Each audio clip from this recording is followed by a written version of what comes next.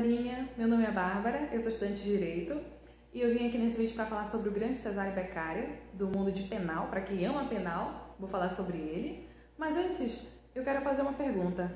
Quais são os cárceres que aprisionam a sua mente?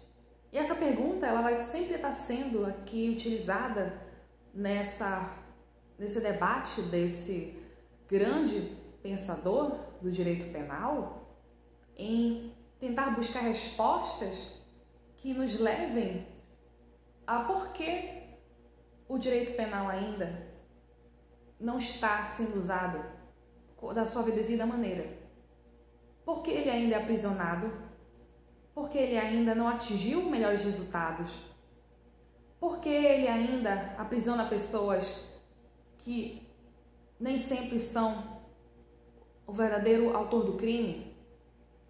E todo esse embate, esse estudo sobre o que acontece, para que o direito penal ele alcance esses resultados, tem que ser sempre levantados.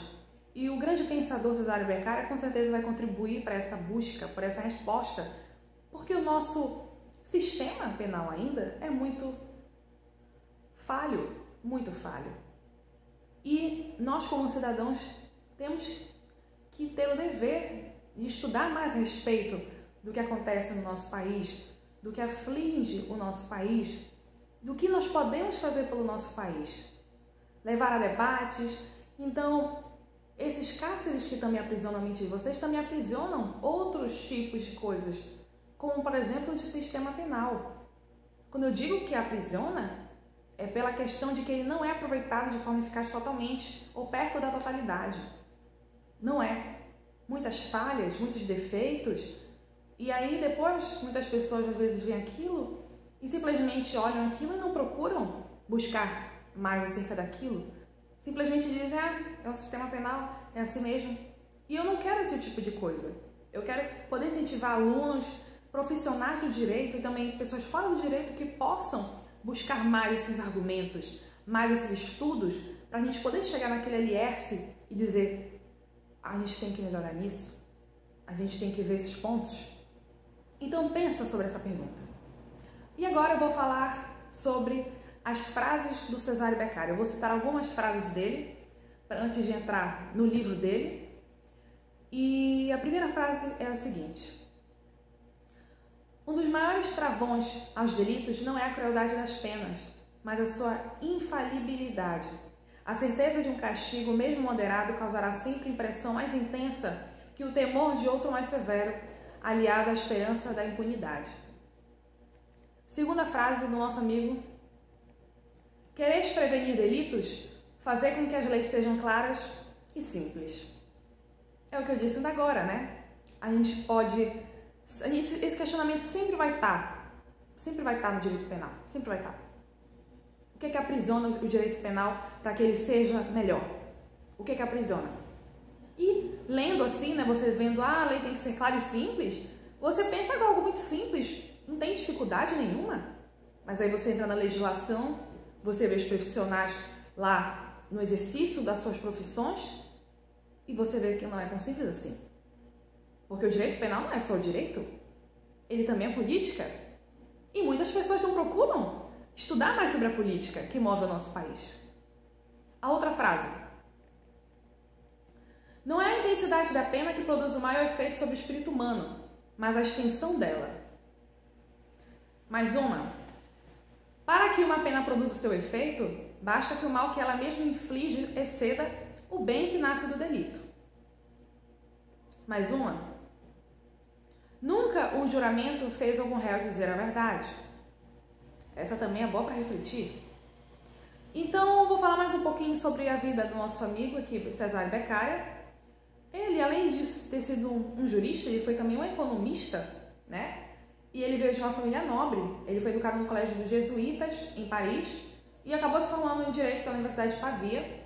E foi aí se dedicando aos estudos tanto da matemática, filosofia e da literatura.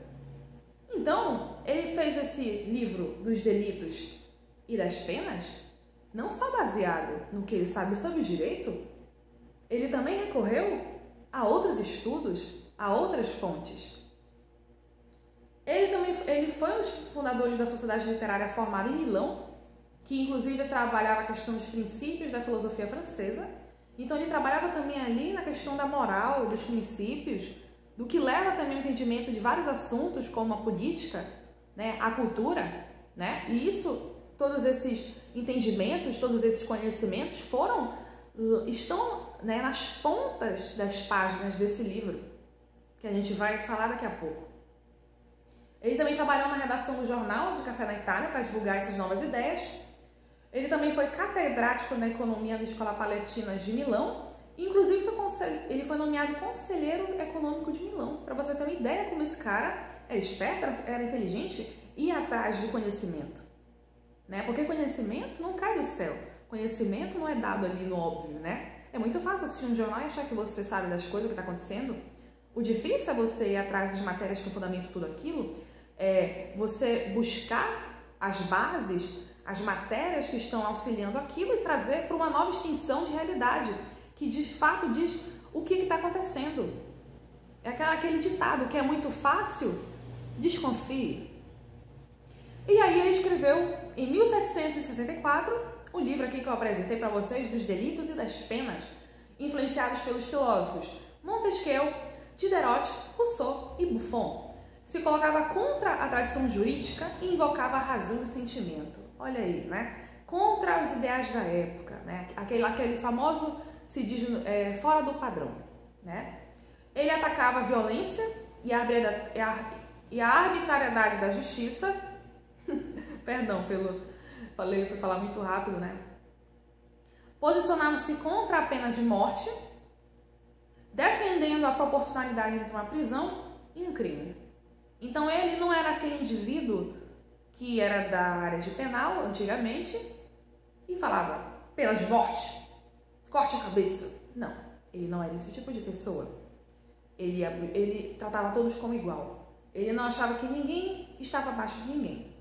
Porque assim como ele trata na obra dele, ele sabe muito bem que alguns crimes foram baseados, né, na questão de pena, porque aquelas pessoas eram o quê? Elas eram pobres, elas não tinham nada, então naquela cultura ali que quem estava em cima era quem podia, quem estava embaixo se ferrava, então naquela cultura ali, toda hora de distinções sociais, aquele cara ali que estava ali vendo a legislação penal, achava certo o quê? Por exemplo, uma desproporção grande na questão de, por exemplo, o cara ter cometido um roubo, né? E a pena dele ser muito maior em relação ao que ele fez. E uma pessoa que já era rica, uma pessoa que era aristocrata, já era outra história. Por quê? Porque a cultura acostumou isso. Distinção de classe. É só observar os jornais. Por exemplo, muitas mortes que acontecem no cotidiano de pessoas que não são assim tão famosas ou que, tipo assim, elas não têm uma participação assim muito importante na construção dos órgãos, por exemplo, judiciário, elas não são. Por exemplo, acontece alguma coisa com elas, aparece logo na TV essas pessoas importantes. Agora, pessoas que estão nas ruas por aí, que não têm um emprego fixo, que estão sempre mudando de emprego, às vezes não tem família, não tem uma renda fixa, nem aparece. É como se não existisse. É por conta desse costume que foi se propalando desde antigamente, dessa cultura distinguindo a classe toda hora, tratando como se rico fosse o melhor de todos. E o direito penal também, ele trabalha com essa questão dessa distinção de classes. A obra dele inspirou reformas jurídicas, como, por exemplo, a abolição da tortura e da pena capital em diversos países. Tanto que a tortura não é permitida aqui no Brasil. E, com certeza, o nosso amigo que foi citado quando aconteceu essa divulgação aí, dessa ideia, né, da tortura sair daqui do Brasil, né, com certeza teve, sim, uma influência desse grande pensador.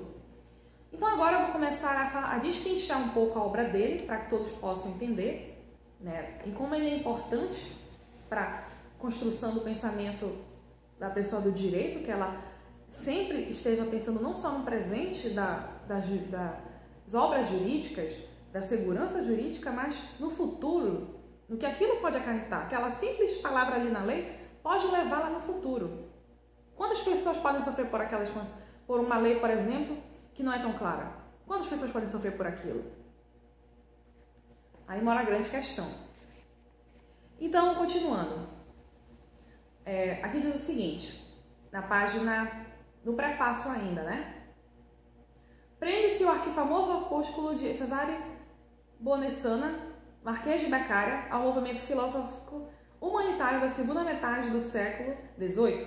O mesmo movimento a que se filicia as produções do enciclopedistas Voltaire, Rousseau e Montesquieu. Então aqui ele já diz o que? As influências que ele buscou, né, para continuar nesse caminho, né, de estar buscando novos ideais, buscando pesquisar mais acerca do que estava acontecendo naquela época, da legislação, observando as leis, vendo as falhas delas, né, predominando nessa produção idêntica a conspiração do liberalismo igualitário, reagindo contra as instituições sociais exclusivamente baseadas no privilégio de certas classes.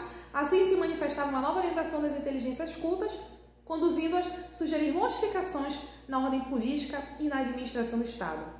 Ou seja, essas produções desses filósofos fizeram ele ver além do que estava sendo óbvio ali, ou dito pelas pessoas que estavam no poder naquela época.